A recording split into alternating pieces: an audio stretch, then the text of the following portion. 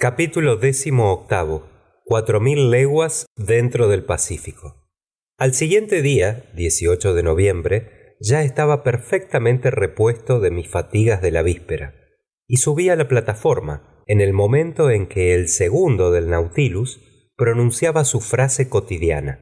Me ocurrió entonces que las enigmáticas palabras se referían al estado del mar, o que más bien significaban «nada tenemos a la vista». Y en efecto, el océano estaba desierto.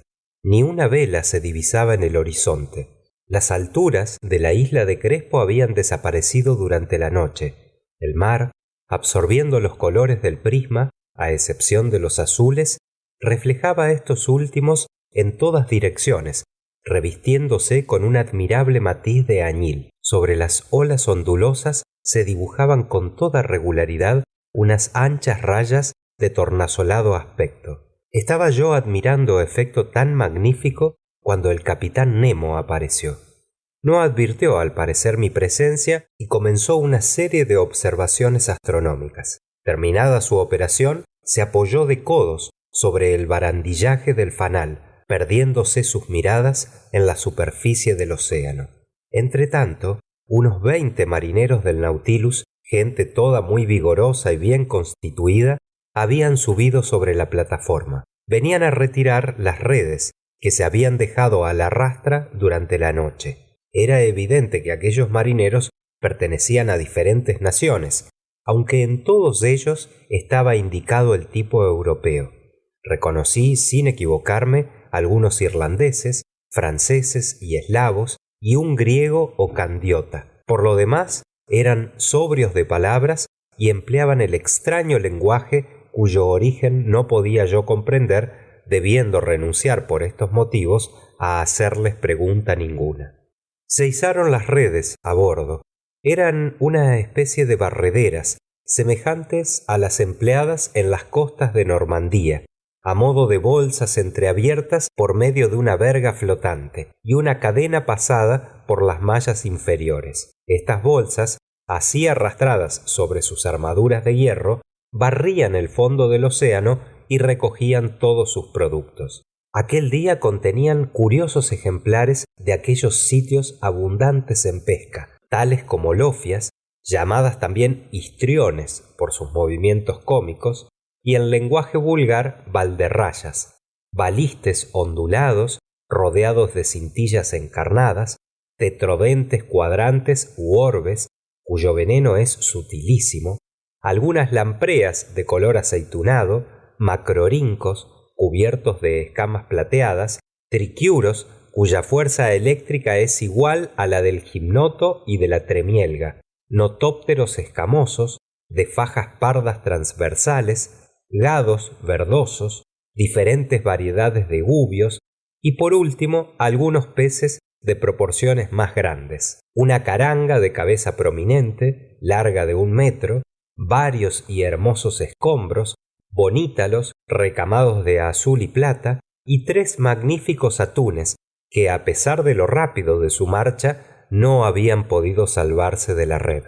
Calculé que esta pesca ascendía a más de 1000 libras, lo cual, aunque satisfactorio, no era sorprendente, porque, estando las redes a la rastra durante varias horas, recogen en su prisión de cuerdas todo un mundo acuático.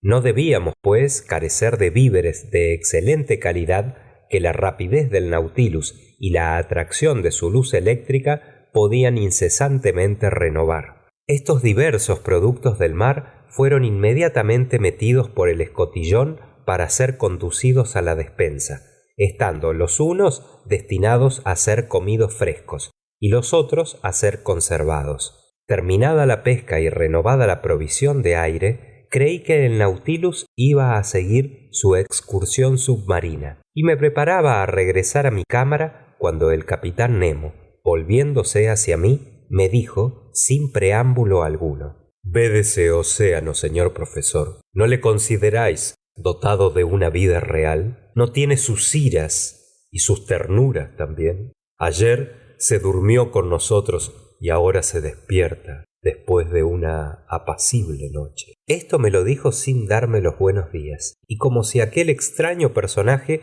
hubiese continuado conmigo una conversación antes comenzada.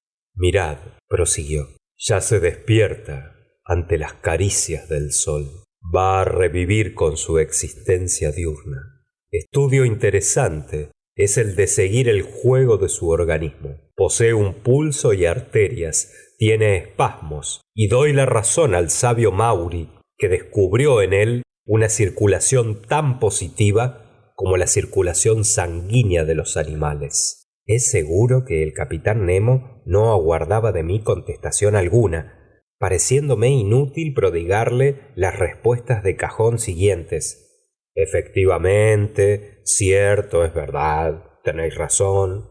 Hablaba más bien consigo mismo, tomándose tiempo entre frase y frase. Era una meditación en alta voz. Sí, añadió, el océano posee una verdadera circulación, y para provocarla le ha bastado al Creador multiplicar aquí el calórico, la sal y los animalillos. El calórico crea, en efecto, densidades diferentes, que producen las corrientes y contracorrientes. La evaporación, nula en las regiones hiperbóreas, muy activa en las zonas ecuatoriales, constituye un cambio permanente de las aguas tropicales con las polares. Además, he sorprendido esas corrientes de arriba a abajo y de abajo a arriba que forman la verdadera respiración del océano. He visto cómo la molécula de agua de mar, calentada en la superficie, bajaba a las profundidades, alcanzaba su máximum de densidad a los 2 grados bajo cero, y cómo luego, haciéndose más ligera por el enfriamiento, volvía a subir. Veréis en los polos las consecuencias de este fenómeno, y comprenderéis por qué, con esa ley de la naturaleza previsora, la congelación no aparece nunca sino en la superficie de las aguas. Mientras que el capitán Nemo terminaba su frase, yo decía para mí, ¿el polo? ¿Se le ocurrirá llevarnos hasta allí? Entretanto el capitán había callado y contemplaba aquel elemento tan completa e incesantemente estudiado por él. Luego prosiguió. Las sales se encuentran en considerable cantidad en el mar, señor profesor, y si las eliminarais de su disolución, formaríais una masa de 4,5 millones de leguas cúbicas, la cual, extendida sobre el globo, constituiría una capa de 10 metros de altura. Y no creáis que la presencia de estas sales sea debida a un simple capricho de la naturaleza. No, porque así las aguas marinas son menos susceptibles de ser convertidas por los vientos en vapores, los cuales, desprendidos en demasía, inundarían al condensarse las zonas templadas.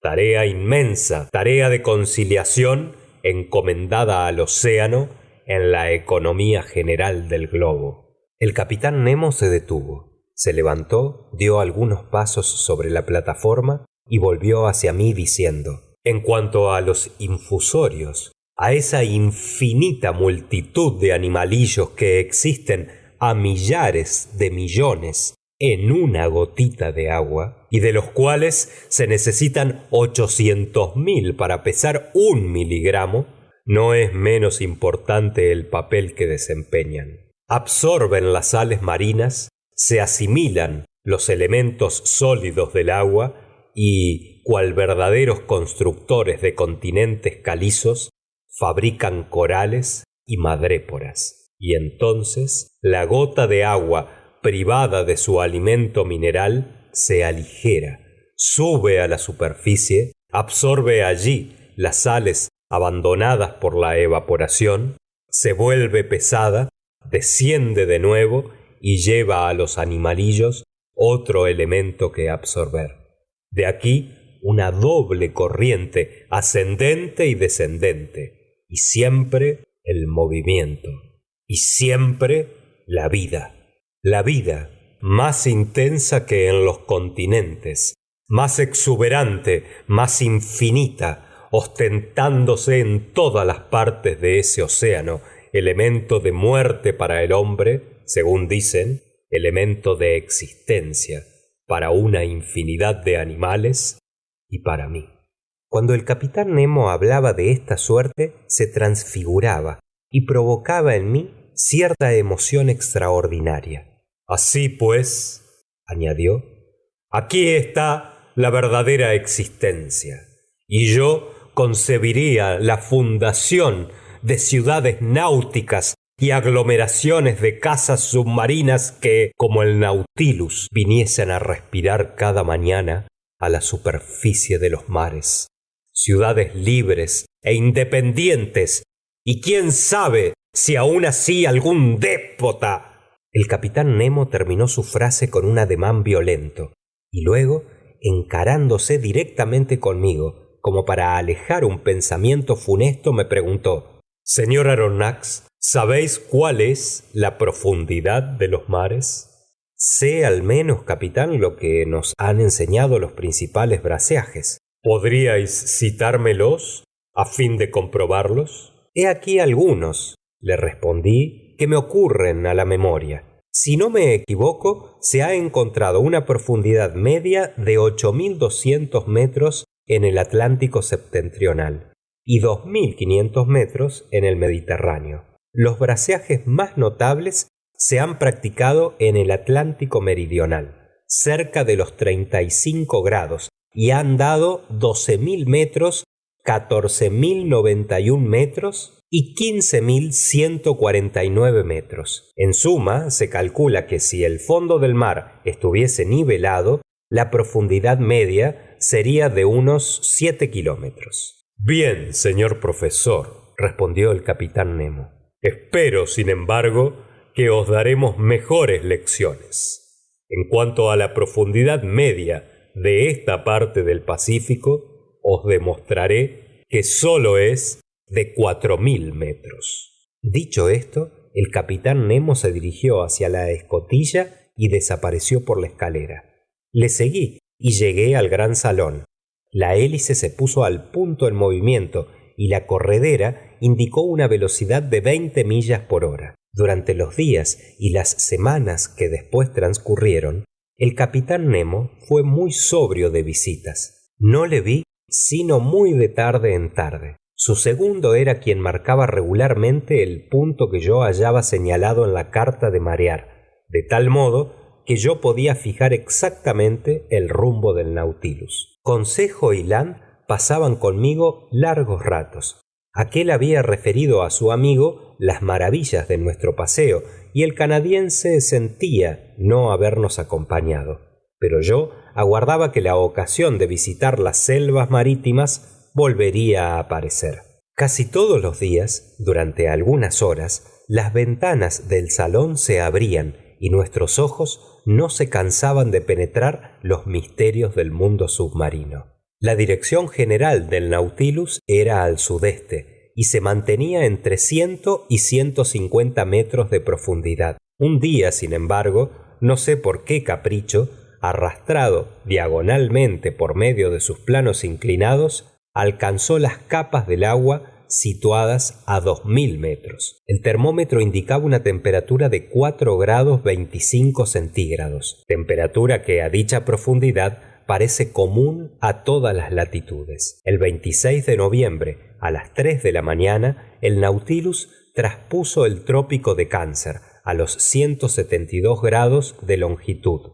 El día 27 pasó a la vista de las Islas Sandwich, donde el ilustre Cook encontró la muerte el 14 de febrero de 1779. Habíamos andado entonces 4.860 leguas desde nuestro punto de partida. Por la mañana, cuando llegué a la plataforma, apercibí a 2 millas por sotavento la isla de Hawái, la más considerable de las 7 que forman el archipiélago.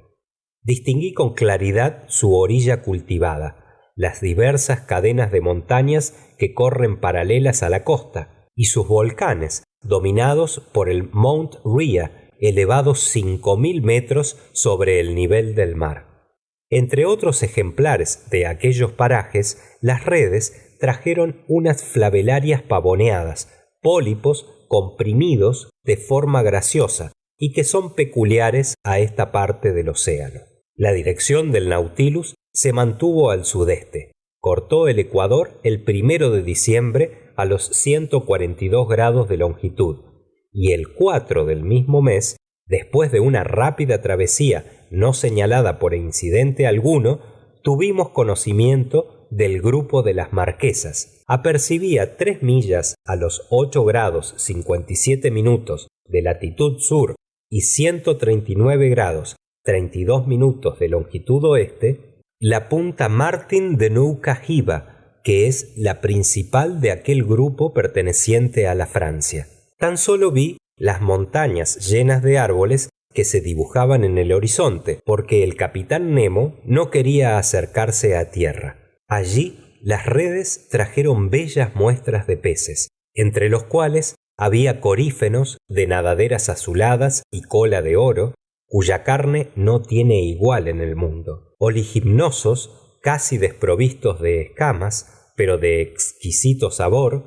ostrorincos de mandíbula ósea, tázaros amarillentos que valían tanto como el bonito, peces todos dignos de clasificarse en la cocina de bordo. Después de haber dejado atrás aquellas encantadoras islas protegidas por el pabellón francés, el Nautilus recorrió todavía unas 2000 millas desde el 4 al 14 de diciembre. Esta navegación fue señalada por el encuentro de un inmenso tropel de calamares, curiosos moluscos muy parecidos a la jibia. Pertenecen a la clase de los cefalópodos y a la familia de los diabranquios, que comprende la jibia y el argonauta. Estos animales fueron particularmente estudiados por los naturalistas de la antigüedad y proporcionaban numerosas metáforas a los oradores del ágora, al propio tiempo que un plato excelente a la mesa de los ricos ciudadanos, si debemos creer a Ateneo, médico griego que vivió antes que Galeno. Durante la noche del 9 al 10 de diciembre fue cuando el Nautilus encontró aquel ejército de moluscos, que son particularmente nocturnos. Podían contarse por millones. Emigraban de las zonas templadas hacia las cálidas, siguiendo el itinerario de los arenques y de las sardinas. Los mirábamos por entre los gruesos cristales de las ventanas, viéndolos nadar hacia atrás con extraordinaria rapidez y moverse por medio de su tubo locomotor, persiguiendo a los peces y a los moluscos, comiéndose a los pequeños, siendo comidos de los grandes y agitando en indefinible confusión los 10 pies que la naturaleza les ha implantado en la cabeza, como una cabellera de serpientes neumáticas. El Nautilus, a pesar de su velocidad, navegó durante algunas horas en medio de aquel tropel de animales, y sus redes trajeron gran cantidad de ellos, entre los cuales reconocí las 9 especies que de Orbigny ha clasificado para el Océano Pacífico. Como se ve, durante esta travesía, el mar prodigaba sin cesar sus más maravillosos espectáculos, variándolos al infinito y cambiando su decoración y su escena para dar gusto a nuestros ojos. Parecía que estábamos llamados no sólo a contemplar las obras del Creador en medio del elemento líquido, sino también a penetrar los más temibles misterios del océano. Durante la jornada del 11 de diciembre estaba yo ocupado en leer en el gran salón, mientras que Ned Land y Consejo observaban las aguas luminosas por las ventanas entreabiertas. El Nautilus estaba quieto. Llenos sus receptáculos, manteníase a una profundidad de 1000 metros, región de los mares poco habitada, y en la cual eran raras las apariciones de grandes peces. En aquel momento estaba yo leyendo un libro encantador de Juan Macé, Los servidores del estómago, y saboreaba sus lecciones ingeniosas cuando Consejo interrumpió mi lectura. ¿Quiere el señor venir un instante por aquí?, me dijo con extraño acento. ¿Qué ocurre, Consejo? Mire el señor. Me levanté. Fui a apoyarme de codos delante de la ventana y miré. En plena luz eléctrica manteníase suspendida en medio de las aguas una enorme masa negruzca. La observé con atención, tratando de reconocer la naturaleza de ese gigantesco cetáceo, pero cruzó por mi mente una idea repentina. ¡Un navío!, exclamé. Sí, señor, respondió el canadiense. Un navío desamparado que se ha ido a pique. Ned Land no se equivocaba. Estábamos en presencia de un buque cuyos obenques cortados colgaban todavía de las bozas o cadenas. Su casco estaba al parecer en buen estado y su naufragio llevaba muy pocas horas de fecha. 3 pedazos de mástiles partidos a 2 pies por encima del puente indicaban que el buque comprometido había tenido que sacrificar su arboladura, pero caído sobre el costado había hecho agua y todavía estaba tumbado, dando la banda a babor. Triste espectáculo el de aquel casco perdido entre las aguas, pero más triste aún la vista de su puente, donde yacían tendidos algunos cadáveres amarrados con cuerdas. Conté 4 hombres en esta disposición. Otro estaba de pie, agarrado al timón, y había una mujer, medio asomada por la lumbrera de la toldilla y con un niño en brazos. La luz proyectada por el Nautilus me permitió reconocer sus facciones, no descompuestas aún por el agua. Era joven y, haciendo un supremo esfuerzo, había levantado por encima de la cabeza a su niño, pobrecito ser, cuyos brazos abrazaban el cuello de su madre. La actitud de los 4 marinos me pareció espantosa, pues habían perecido, según toda probabilidad, entre movimientos convulsivos y haciendo esfuerzos por arrancarse las cuerdas que los tenían amarrados. El timonero demostraba más serenidad, con semblante grave y tranquilo, sus cabellos canosos pegados a la frente, la mano crispada sobre la rueda del timón, parecía dirigir todavía el buque, perdido por las profundidades del océano. ¡Qué escena! Estábamos mudos y con el corazón palpitante ante aquel naufragio, por decirlo así, infraganti, y fotografiado en su postrer minuto, y veía yo avanzar unos enormes tiburones que con los ojos encendidos acudían atraídos por aquel cebo de carne humana. Entretanto el Nautilus, haciendo evoluciones, dio la vuelta alrededor del buque sumergido, y durante un momento pude leer sobre su espejo de popa lo siguiente: Florida Sunderland. Fin del capítulo 18.